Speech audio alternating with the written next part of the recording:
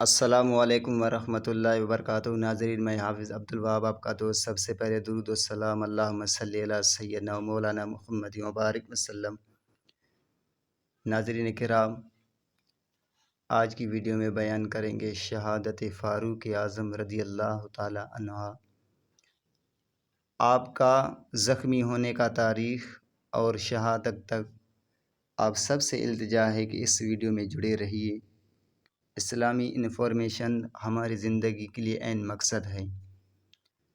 بنا time waste کیے اپنا ٹاپک کی طرف چلتے ہیں۔ ناظرین کرام، حضرت عمر بن خطاب رضی اللہ تعالی عنہ رسول اکرم صلی اللہ علیہ وآلہ وسلم کے جلیل و قدر صحابی ہیں۔ آپ رضی اللہ تعالی عنہ حضور کائنات صلی اللہ علیہ وآلہ وسلم کے سسر بھی ہیں، یہ اعزاز بھی آپ کے پاس ہے۔ اور خلیفۃ الدوم، مسلمانوں کے امیر المومنین، جانشین رسول صلی اللہ علیہ وآلہ وسلم دوسرے نمبر پر ہیں۔ آپ دوسرا خلیفہ ہیں مسلمانوں کے۔ ناظرین کرام، رسول کریم صلی اللہ علیہ وآلہ وسلم ابتدائی دور میں جب اسلام کی تبلیغ کی تو دین کو وہ رونق میسر نہیں تھے، یعنی مسلمان بہت کم تھے، جو تھے وہ لوگ بھی چھپ چھپ کر نماز پڑھتے تھے۔ آپ رضی اللہ تعالی عنہ کے ایمان لانے کے بعد اسلام کی شان و شوکت میں بے پناہ اضافہ ہوا۔ خاص طور پر ان کی خلافت کے زمانے میں اسلامی فتوحات کا سلسلہ دنیا کے بہت سے ممالک تک پھیل گیا تھا۔ دیگر بڑے بڑے طاقتوں کو زیر زمین کر کے ساتھ ساتھ ان کے زمانے میں مسلمانوں نے اس وقت کی انتہائی مضبوط سلطنت ایران کو شکست دے کر فتح حاصل کی اور فاتح ایران بن گئے۔ ایران سے جو مجوسی جنگی قیدیوں کی حیثیت سے گرفتار کر کے لائے گئے، وہ شرعی قانون کے مطابق مسلمانوں میں تقسیم کر دیے گئے۔ ان سے ایک غلام تھا جس کا نام ابو لولو فیروز مجوسی، وہ ایک صحابی کے حصے میں آیا، لیکن وہ بہت ہی بڑا بدبخت تھا۔ مشہور صحابی حضرت مغیرہ بن شعبہ کے حوالے کیا گیا تھا۔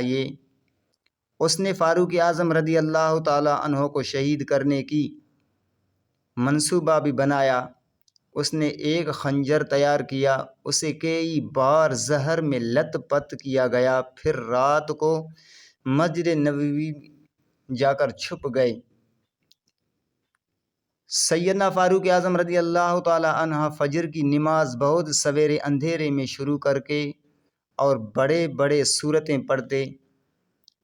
ذوالحج کی 27 تاریخ تھی۔ آپ حسب معمول فجر کی نماز کے لیے گھر سے تشریف لائے اور محراب میں کھڑے ہو کر نماز پڑھانی شروع کر دی۔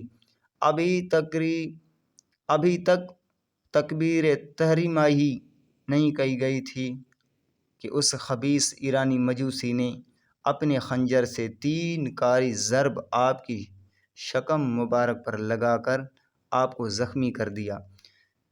جب آپ زخمی ہو کر زمین پر گرے تو آپ بے ہوش ہو گئے۔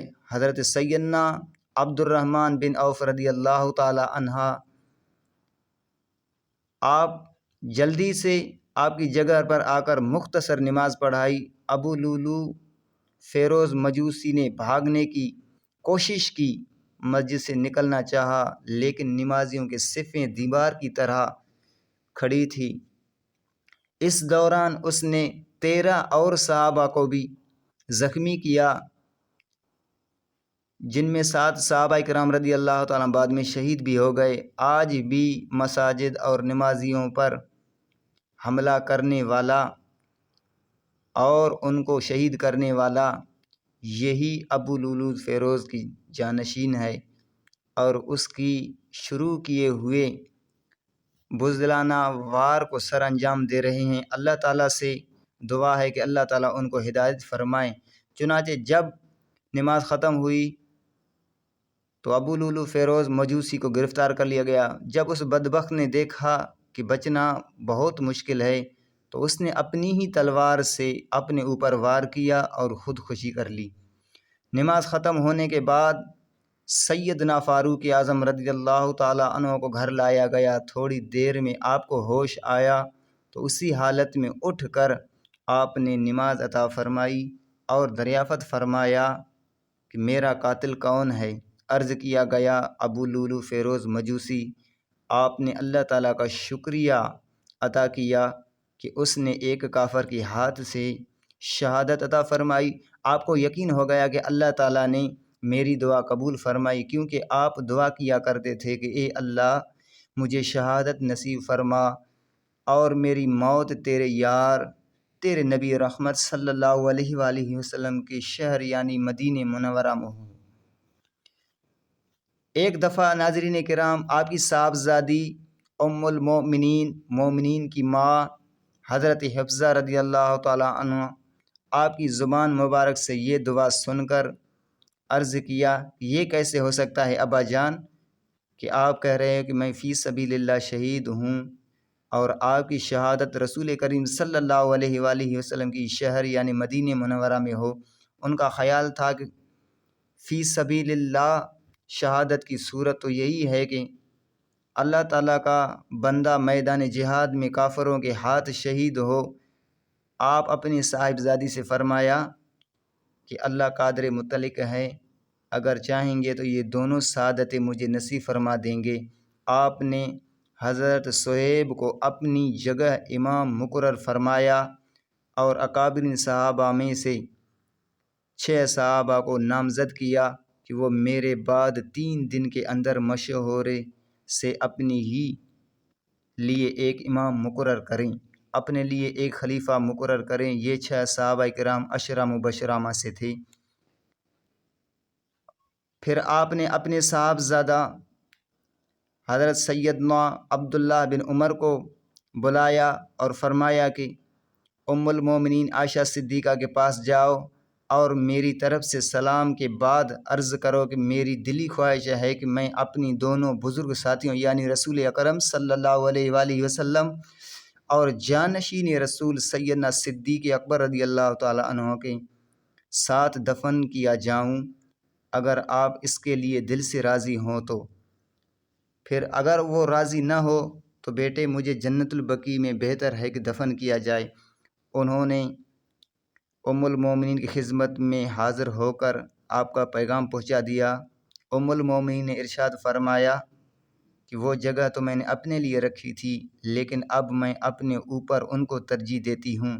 جب عبداللہ بن عمر رضی اللہ تعالی عنہ یہ خبر آپ کو پہنچائی تو آپ نے فرمایا میری سب سے بڑی تمنا یہی تھی۔ اللہ تعالیٰ کا شکر ہے کہ اس نے یہ سعادت بھی مجھے نصیب فرمائی، میری یہ امید بھی پوری فرمائی۔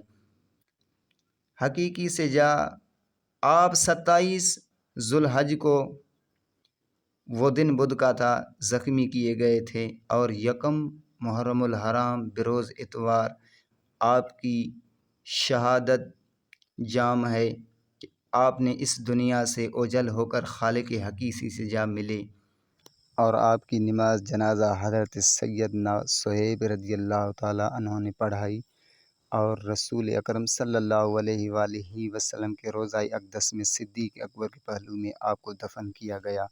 انا للہ و انا الیہ راجعون۔ اللہ تعالیٰ ان پر اپنی رحمت کرے اور ان کے صدقے میں ہمارے حال پر بھی رحم فرمائے۔ السلام علیکم ورحمۃ اللہ وبرکاتہ۔